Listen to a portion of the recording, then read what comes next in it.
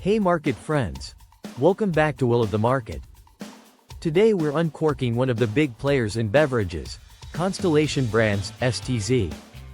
Think of this as Cheers meets Mad Men, heritage, premium brands, but also serious pressure. We'll break down what they do, how they stack up, and what the market is feeling right now. Let's pour a glass and dive in. What Constellation Brands does. First, the basics. Constellation Brands is a global producer and marketer of beer, wine, and spirits. Their portfolio includes heavy-hitter beer brands like Corona, Modelo Especial and Pacifico, wines like Kim Crawford and Robert Mondavi, and spirits brands such as Svedka Vodka and Casa Noble Tequila.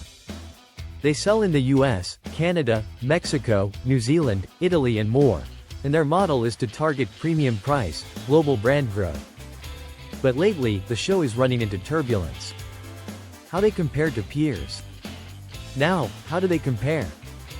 Their peers include major beverage names and alcohol producers, such as Anheuser-Busch InBev, Molson Coors Beverage Company, and premium spirits companies like Brown-Forman. Strengths for Constellation. Strong premium beer brands and global reach. Significant scale, brand recognition and ability to command premium pricing. Challenges, risks. Declining beer volumes in certain markets, for instance, younger consumers drinking less, especially in the beer category. Recent earnings guidance cuts. For example, they revised their fiscal 2026 adjusted EPS down to about $11.30 $11.60 per share from prior $12.60 $12.90. Beer sales expected to fall 2-4% and beer operating income 7-9%. Technical indicators are weak, mixed analyst signals suggest caution. So while the brand strength is real, the undercurrent of consumer demand weakness and margin pressure is causing concern. Recent investor sentiment and market mood. Let's see how investors are thinking. The stock has fallen significantly. One article noted an approximately 26.5% drop over 6 months and underperformance relative to the sector. Analyst coverage. Some sources say average price targets are around $182, approximately equals 30-38% upside, and consensus, buy, from approximately 18 analysts. But others are warning. For example, Bank of America downgraded STZ from neutral to underperform and cut its target to $150 citing sluggish beer demand.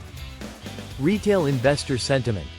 STZ appears in only approximately 2.9% of investor portfolios on one platform, suggesting modest exposure.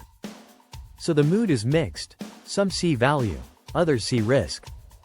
It's like The Godfather line, never hate your enemies. It affects your judgment. Investors are trying not to let hope override sober assessment. Conclusion. If Constellation Brands were a character in Breaking Bad, it'd be the seasoned chemist, capable, proven, but navigating increasingly unpredictable territory. The assets are strong, but the demand storm is real. My take. STZ is a moderate risk, moderate reward play. If you believe premium beverage demand rebounds or tariffs ease, there could be upside. But if the beverage consumption trend stays weak, the risk is real. If you like this, hit like, subscribe, and comment, STZ. If you want a deep dive showing Constellation Brands versus Anheuser-Busch versus Molson Coors. Until next trade, may your gains be smooth, your losses minimal, and your market instincts sharp.